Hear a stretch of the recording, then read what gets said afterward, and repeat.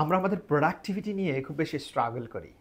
এই যে এই সময়টা যখন প্রত্যেক দিন একেকটা নিউজ, একেকটা সিনেমার মতো বাংলাদেশে, বিকজ ইউটিউব খুলি, ফেসবুক খুলি আর টিভি স্ক্রল করি, যাই করি না কেন অ্যাকচুয়ালি সিনেমা চলছে।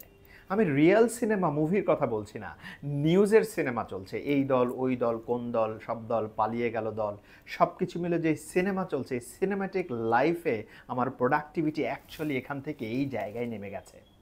আপনারও কি তাই? আমি একটা টেকনিক ফলো করছি এই প্রোডাক্টিভিটিটাকে আরেকটু শানিত করার জন্য। প্রায়োরিটাইজেশন রুলসে এটাকে বলা হচ্ছে eat the frog first. What is that?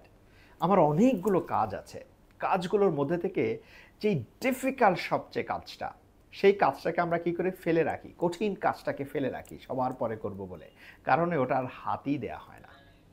কি করতে হবে? Eat the frog first principle বলছে যে আপনি find out those difficult task first and eat them in the morning. I mean শুরুতেই আগে ডিফিকাল্ট টাস্কগুলো করবেন, শেষ করার পরে দেন দেখবেন যে লাইফটা কত সহজ হয়ে গেছে, ঘাড়টা হালকা হয়ে গেছে, মাথাটা ঝরঝরা লাগছে, এবং বাদ বাকি কাজগুলো ওই পেসে আপনি খুব দ্রুত করতে পারবেন। And if you want to ensure your productivity, এই প্রায়োরিটাইজেশন টেকনিকটা আপনি একটু ইউজ করে দেখুন।